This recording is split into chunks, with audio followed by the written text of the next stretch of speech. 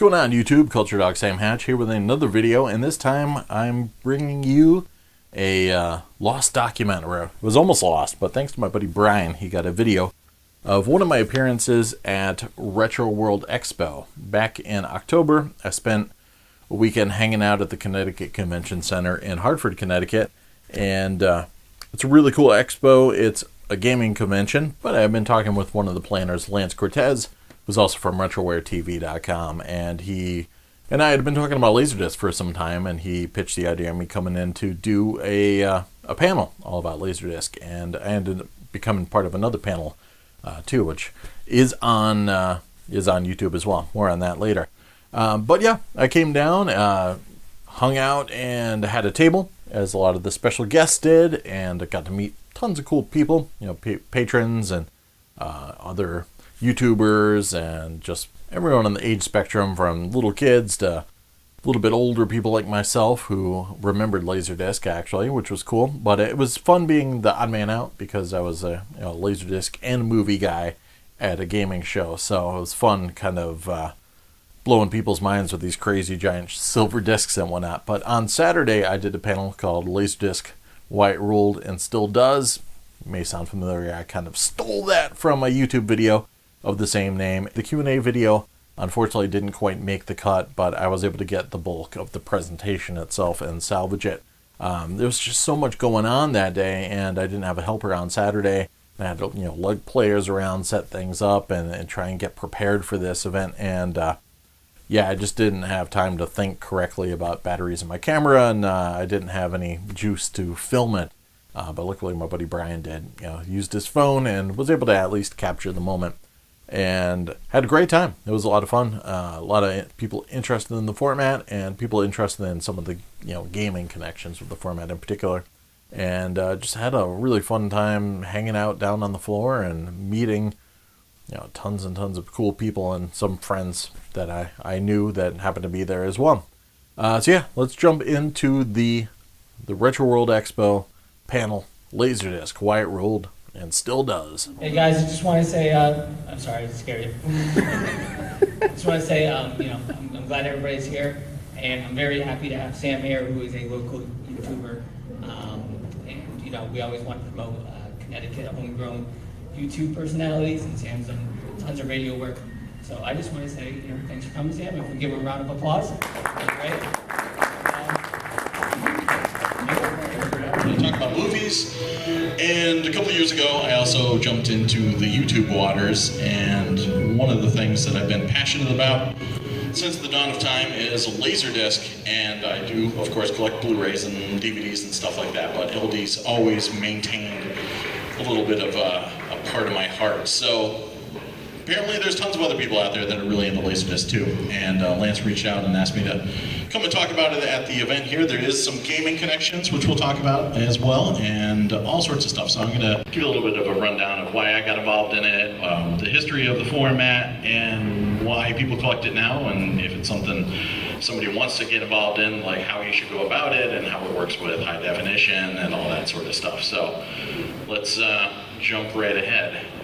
So, picture the scene, 1979 probably, a young version of me, slightly more handsome, bowl haircut, and my dad worked at a video store in way before Blockbuster there was Video Galaxy, and way before Video Galaxy there was Video Studio, and there was a whole bunch of them scattered throughout Connecticut, and this was out in Avon, and my dad was young, cool, hip video hustler, and really had no idea what to do with me, so he just kind of stuck me in the corner all day, and I would recommend Apocalypse Now to people. And there was in the corner this machine, this beastly machine, and it was a Magnavox Laserdisc player, and it was spinning. The only Laserdisc we had available to watch in the store that wasn't sealed was Sgt. Pepper's Lonely Hearts Club Band. And it was just on repeat, just inseminating my brain and twisting me and turning me into the strange person I am now. And I'd see that thing and go, wow, that is pretty smoking cool. They got into VHS like most of the rest of America, and gave up on that. But then the late 80s rolled around. They loved the late 80s as well. And I started tripping across it again. The scene this time was Boston, and I had gotten severely ill off of a bad sandwich at Uno's. Uno's Pizzeria is more largely gone now, but watch out if you have the Philly cheesesteak. Outside Boston, and I really wasn't much I could do. I was super sick, but my parents were like, come on, let's go out to this convention. So I went out and I bought a bunch of anime VHS tapes. And of course they were completely legitimate. You know, they just had a sticker on it written in Sharpie, you know, dirty pair or whatever. Like, that's for me. So I bought a ton of these things and I went home.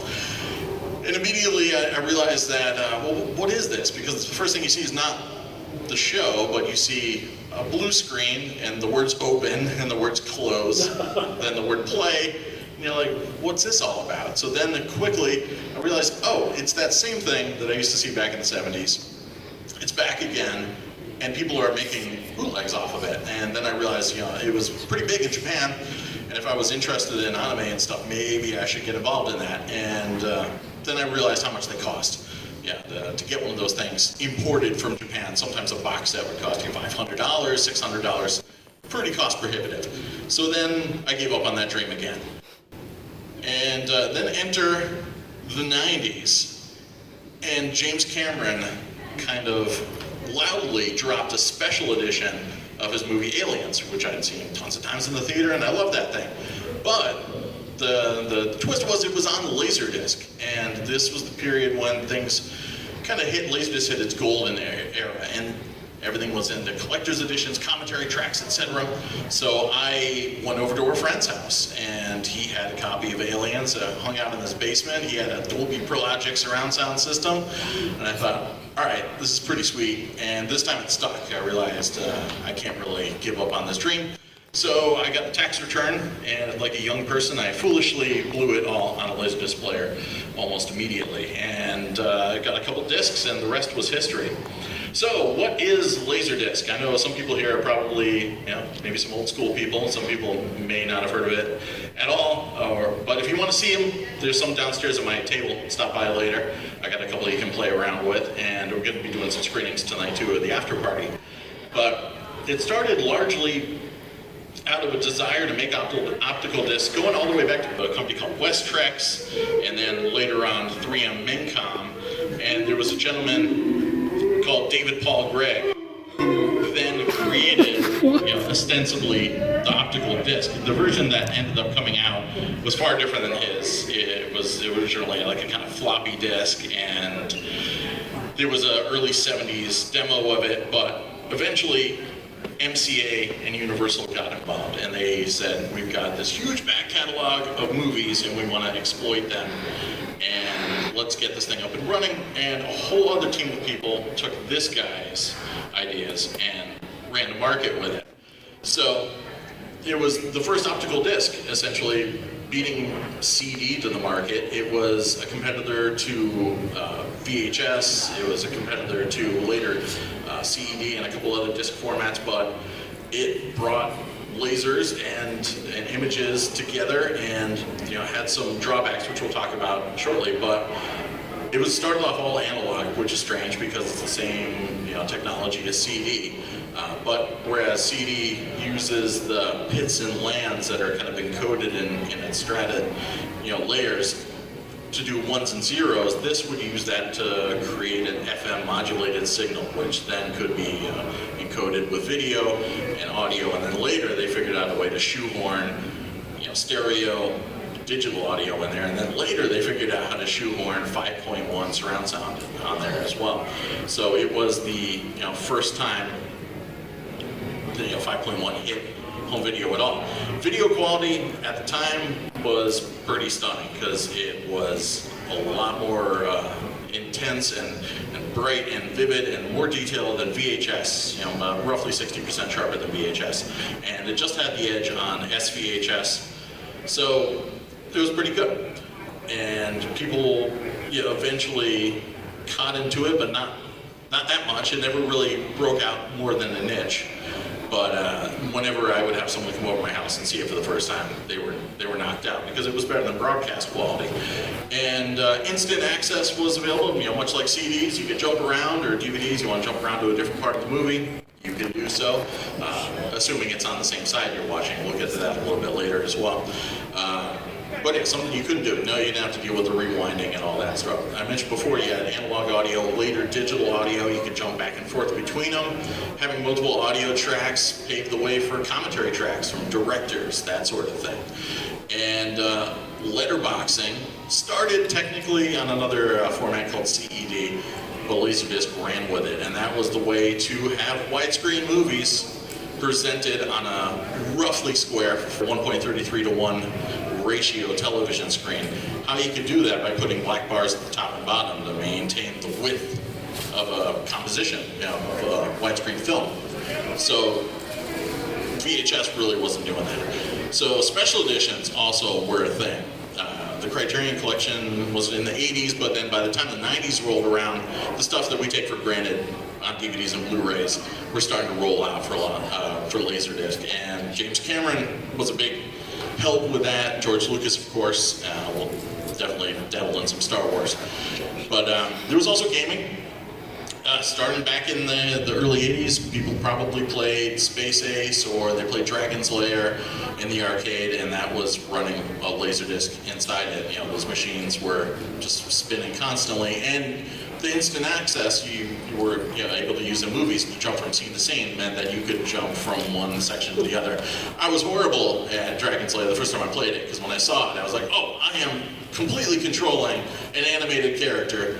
This is amazing. He'll do everything, and then I realized, no, it's just you have to memorize the pattern of up, down, right, left, and it's just a bunch of scenes, and you have to jump to the next scene at the right time. And then later, there were a bunch of kind of there were games in a sense they were like a choose-your-own-adventure, where you could jump from one scene to another and make your character, do A or B by using the scene select. So those were out there, and then we'll get to the laser active system a little bit later too, where you can play Sega games, TurboGrafx games, etc. on there. You could do slow motion. Back in the day, VHS, you could do some slow-mo on there, but it wasn't really high quality. This thing, if you had the 30-minute per side discs, you could do like crystal clear still frame. So if you were like a Quentin Tarantino type, you were in love with cinema, this was a great thing to do. Some of the high-end players had this thing called Trick Play, where you had used digital memory to actually recreate that with just any disc you wanted to play. And those were cool. Also, no region coding. There were discs that were encoded with the PAL format, which is how Europe watched television. But apart from that, you could get discs from Japan. You can get all over the place. I got a cool, I think I got a Japanese one here. People love these things because they got the Obi strip on them and everything like that. So yeah, they look pretty nifty. And yeah, I did quite a bit of importing from Japan. My wallet did enjoy that. At the time, it was coming out around the same time as Beta and VHS, and lack of recording was a big problem. People complained about it. That said, people were still buying vinyl records that you technically couldn't record on, and then later they were buying CDs, which took a while for you to be able to record those as well. So I think it was an instance where it coming out so close to VHS, people were just in love with, I'm going to record everything. I'm going to record this, every episode of Donahue and archive it. So if it had been released at a slightly different time, I don't think that would have been too much of a deal breaker, but that was definitely on the tip of everyone's tongue when it came out. So it was, a medium for you to buy movies and keep them in your library and watch them. So you weren't going to be, doing any TV stuff. Disc running time was also a bit of a drawback because I mentioned before there's different varieties. CAV, or constant angular velocity, meant that you only had 30 minutes per side on the disc. So you had a long movie, you had to flip it and swap it out and put in another one. So a lot of people complained about that. I always looked at it like I was a film projectionist, and that was me changing reels. And plus, it gives you time to go and make a bathroom break or something. I always call shenanigans, and I say people pause Blu-rays and DVDs all the time so they can go get snacks or whatever. But the fact was that this told you when you were going to take a break. So that was a bit of a drawback. And size, of course, they're 12 inches, just like vinyl LPs. They're pretty monstrous. And people talk about them being heavy. You can see, I can barely lift this thing with my hand. They're really not that heavy. You can deal with it, but they're pretty cumbersome. They're big, and a lot of people were excited when DVD shrunk things down to a more 5-inch size. And pricing. And this one's a bit of a myth, at the same time it's a truth. Pricing could be expensive. People usually say laserdiscs were $100 each, and yeah, box sets were $100. There were a lot of stuff that was priced, $30 and under. And I would run into Suncoast on payday, and I would pick up, there's about 3 discs a pop, and then I'd realize that I couldn't pay rent. But they were about $30-35, and some companies were a little bit more than others. But yeah, if you wanted to get box sets from the Criterion Collection, etc., then you could get up to, the Star Wars box set was about $250 or so. But on the inverse, when this stuff was dropping, it was actually cheaper than VHS for the most part. VHS sell-through was a thing that took a while to get in and dig its heels. Sometimes a film like Beverly Hills Cop would be priced for sale for Christmas, or eventually Batman. But I ran in to buy The Crow on Laserdisc in 1994. I went into Suncoast and I said, I want to pre-order The Crow. And they said, $90. And I said, no, you're reading that wrong. I'm not buying The Crow for $90. And they were looking at the VHS copy. The Crow you could buy on $10 later, but day and date. A lot of VHS tapes were priced for the rental market. So I ended up getting it for like $35 or so. So in many cases, it was cheaper than the VHS. But yeah, it was also used in arcade games. As I mentioned before, the laser active system was an interesting mix. Whoa. Pioneer took a relatively low-grade Laserdisc player and put this port in it, so you could then buy separate packs, as they call them. You can get a Sega pack, slam that in there, and just play your regular Sega games.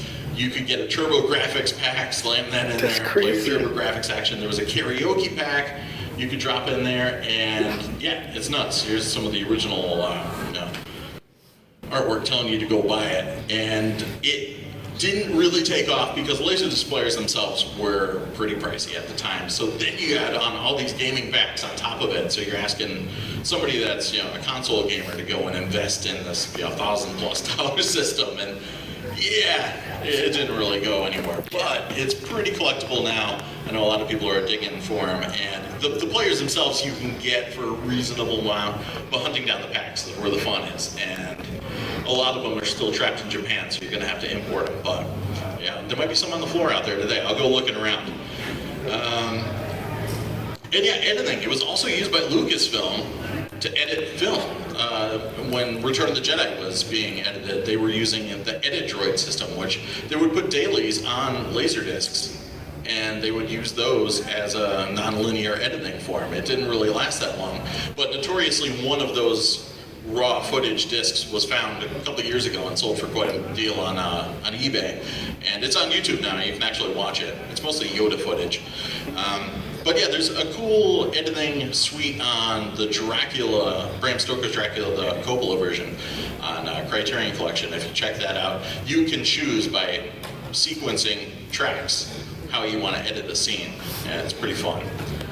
And education, these things were used because of that same instant thing in schools all the time. They had discs where if you think you know the answer, you use a little barcode and you scan a certain section and it would tell you if you were right or not, or jump around to things. So a lot of people getting into these players are getting them from old schools, especially in Canada. It seems like there's tons of these things just stacked up in old primary schools, and it's a good cheap way to get into the format. So yeah, in the beginning, DiscoVision, the sadly titled incarnation of Laserdisc, was released, and it was a bomb. The pressing plant was not doing well, and there was defects galore. Discs were rotting. We'll talk about laser rot a little bit as well. And it was doomed to be a failure. And DiscoVision, they released a lot of titles, but the failure rate for discs were astronomical. Pioneer, who was involved in making some of the hardware from Japan, was actually a small company at the time, and they picked up the pieces and took over the brand. And Pioneer paved the way, and they ended up getting that guy David Paul Gregg's patent and ran with it and said they own the optical disc. So they brought it to a huge kind of level, and then, well, huge for a niche. And then Philips mixed CD audio with it and then tried to rebrand it as CD video in the 80s, and that was another game changer. Then you could have PCM, CD quality, stereo, encoded with Dolby Surround, and it sounds pretty amazing. And a lot of times the mixes on these discs are theatrical mixes. Now what they tend to do are make near-field mixes where they'll go and they'll remix a film for the home. So it's a little bit narrower. So these things were booming and monstrous. And yeah, ProLogic was the name of the game back in the day. That was Dolby's way of extracting surround sound from the audio.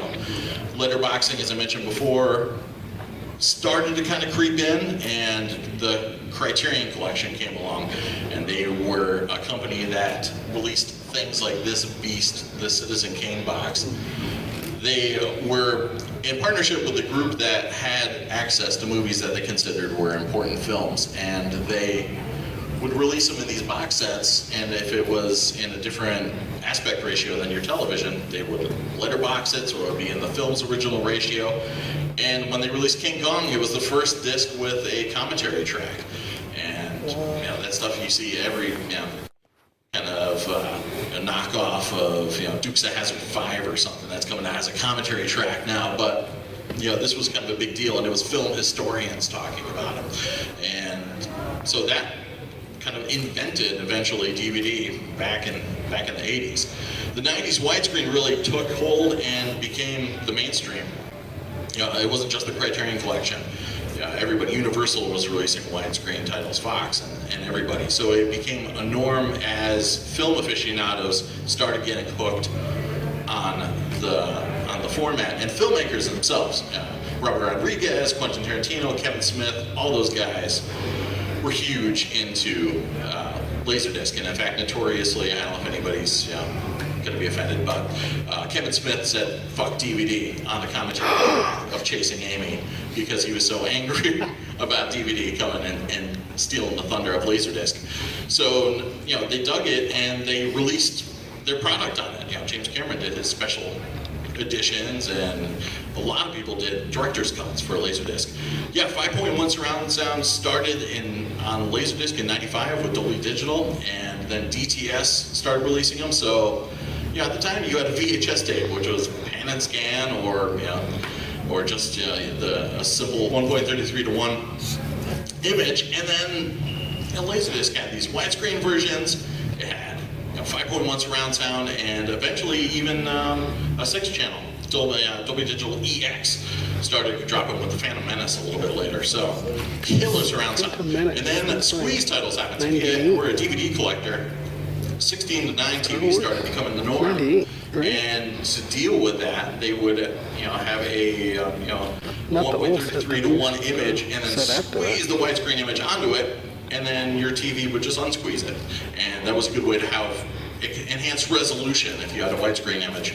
But Laserdisc did it first. They did it, marketed it in America, not to consumers, but they gave it away with televisions. There was a bunch of Toshiba televisions, and if you got it, you can get The Fugitive and Grumpy Old Men and Free Willy and Unforgiven were the only ones. But in Japan, they kind of ran with it a little bit more, and they had a decent amount of films, Terminator 2, etc.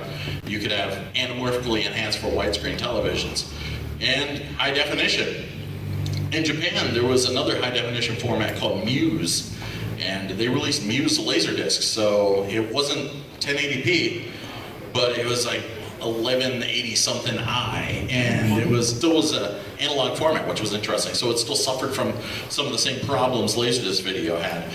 The players are highly sought after now because they also play regular standard definition Laserdiscs amazing and much better than a lot of the regular consumer players here.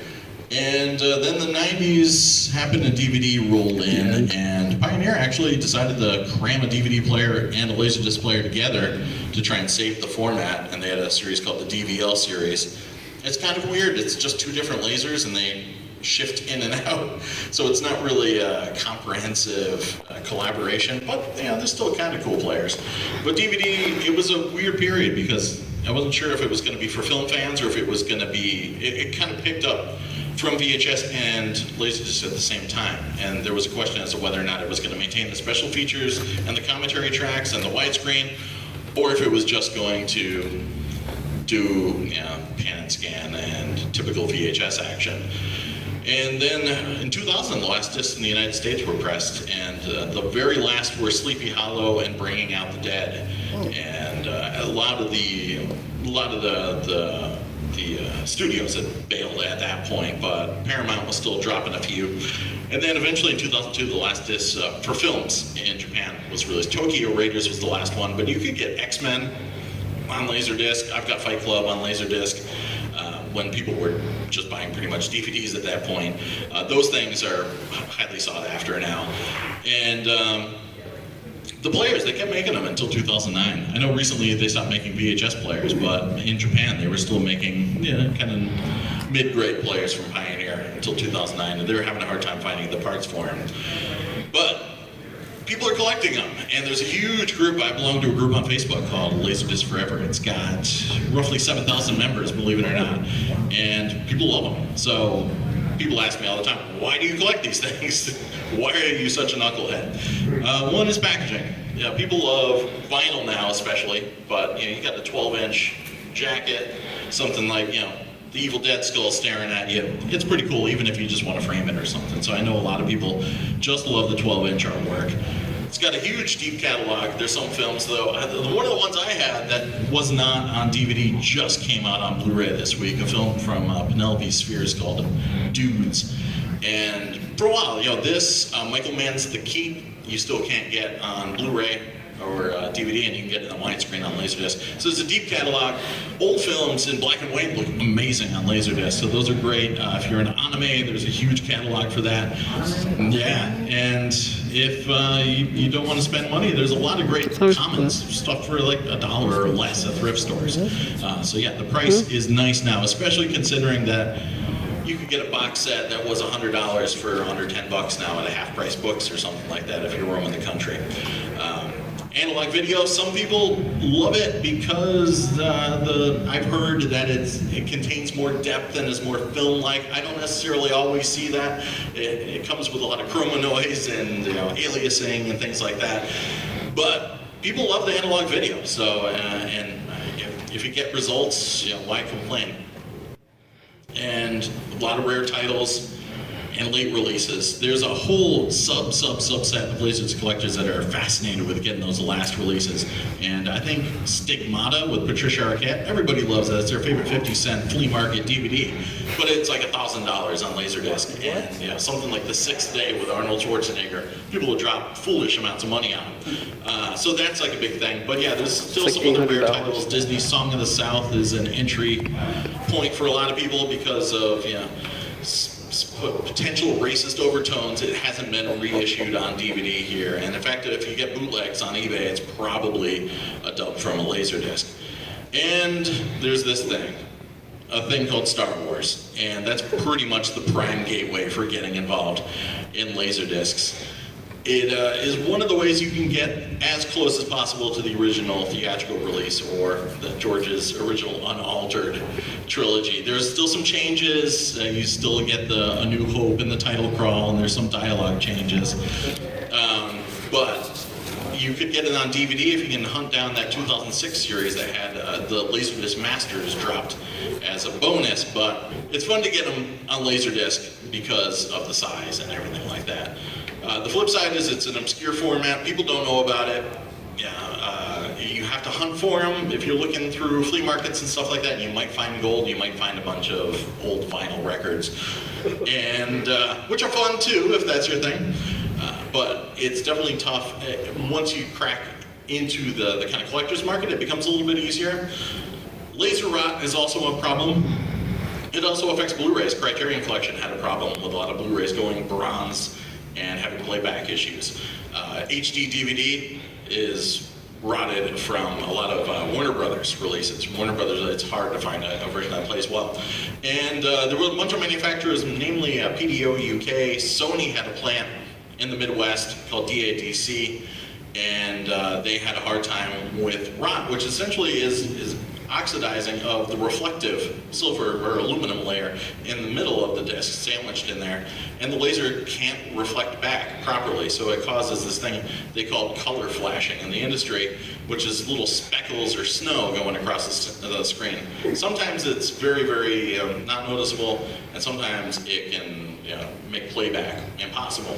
So it's one of those things, if you know what factories pressed them, you're okay, or if you know which titles are prone to rot, you're okay, but if you want to run out and get the Fifth Element, there's a 50-50 chance you've got a rotted disc. So you have to do a lot of research. Standard definition plays interestingly with high def, and a lot of people I know that have gotten their Laserdisc players and then kicked them out and getting rid of their collections are because they've put them on a new 4K TV or an LCD TV and just given up because it looks so washed out, it looks so, just grainy and horrible, and it can look good in HD. It takes some time. It looks great on plasmas in particular sometimes. It looks fantastic on old CRT TVs. Sometimes you can get one of those early 2000s Sonys, which is like an HD CRT TV. Those things are awesome. Or they look good on projectors as well. I got a SXRD projector from Sony, and I think it looks pretty awesome on there. But a lot of people then go down the rabbit hole of getting scalers and processors, and external cone filters, etc. There's a lot of material out there on how to do it right. Oh, if yeah. you like to do it. It's fun. It's a kind of cool little sub-project. But if you plug and play, there's a chance, it may look, especially on LCD TVs, it may look kind of like waxy and washed out. And then players run the gamut from high quality to pretty low quality with a lot of chroma noise and that sort of thing. So it definitely takes a lot of research to know what's going on. And eBay is rough. They're trying to, a lot of sellers there are trying to increase the collectability factor by proclaiming every copy of Speed as rare and out of print, when technically every single Laserdisc is out of print. I mean, the film may be in print, but the Laserdisc is not being produced anymore. So yeah, it definitely takes a lot of digging to get reasonable prices from some of those sellers, and the ravages of time will eventually make your players' capacitors give up the ghost, and loading belts, etc. are things you'll definitely have to become acquainted with, and you probably have to do a little bit of mild maintenance yourself. And there are some must-have discs. Terminator 2.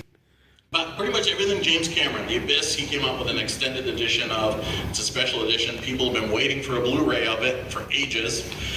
Terminator 2 is great. A lot of the Star Wars releases are amazing, and the Criterion collection is hundreds of discs deep, and if you like classic films and foreign films, that is one way to get them cheap. And the Brazil box from Terry Gilliam is one of my favorites too. It cost $150 back in the day. 7 from David Fincher is a sick box set too. And then the players can run the gamut. You can get those like industrial players they used in schools and businesses for a couple bucks here and there at a flea market or a thrift shop. And then once you get into eBay territory, there could be 100 or a couple hundred, and then you get into the elite territory where Pioneer had this fancy glossy finish on the front of them, and those can get really expensive, and then those high definition players can get up in the multiple thousands. And I know some guys that buy those things. Show me the two. And then shipping from Japan will cost you $1,000 on top of it. But it definitely takes a lot of research. But the highest, quality players one that he showed me. rival a DVD. So you've invested all that money, and you're almost at DVD quality. So congratulations. If you want to do a lot more digging, there's an amazing place called the Laserdisc Database, and they have a catalog of every title put out there, just about. If they don't have it, you can add it yourself. You can add artwork, etc.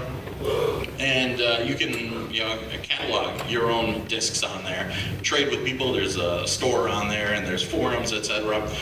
There's a Laserdisc archive in the UK, and they have a listing of just about every player. So if you want to do some research on the players, you can go there. And sometimes they'll even have manuals and things like that. And Laserdisc Forever is a group I've belonged to on Facebook for a couple of years now. And there are a ton of Laserdisc groups out there, but that's the biggest. And the community on there is huge, and it's a great place to trade this and find other people of like mind. But that's over the bulk of the presentation. I don't know if anybody has any questions. I will definitely field them. Yes? Well, that's about it. Hopefully you guys enjoyed the panel. The Q&A was pretty fun too. There was a lot of technical kind of things, and we ended up talking about PAL discs for quite some time too. A lot of British-centric things too, like the Domesday Project. Yeah, it was cool. A lot of interesting questions that weren't the usual LD questions that I get, because it was a different kind of environment. And lots of cool people I met, outside of hanging out with Lance Cortez for the first time in person, and then going to hang out with him a little bit later for some LD shopping. I also got to meet Eric Lappy in person, and Game Dave, and I did a panel with some other YouTubers, Russ Lyman and Mike Levy, Mike Tendo, and John Delium, also RetroWareTV.com, and that was a fun panel. Russ Lyman actually uploaded that, so you could check out that Sunday panel all about Connecticut YouTubers, and that was fun. A lot of cool information there, and we all got to share our kind of horror stories and success stories, etc., about being a small-time YouTuber. Yeah, a lot of great people there, a lot of great vendors, and fun. It was a whole arcade setup there. There was a lot of good games and contests and stuff. Even a little bit of cosplay, of course. I didn't. I cosplayed as Culturedog, and yeah. So RetroWorld Expo next year. I'm definitely gonna check it out again if I'm not, obviously a panelist again. It's worth going to check out. There was also a tattoo convention next door too, and you could I think bundle your tickets and get a discount. Go get some sweet Mario tats and then go and pick up some vintage video games. But yeah, I highly recommend checking it out if you are a gaming fan or just a fan of vintage media, etc. So yeah, cheers everybody. Thanks for watching the vid, and I'll catch you on the flip side. Peace.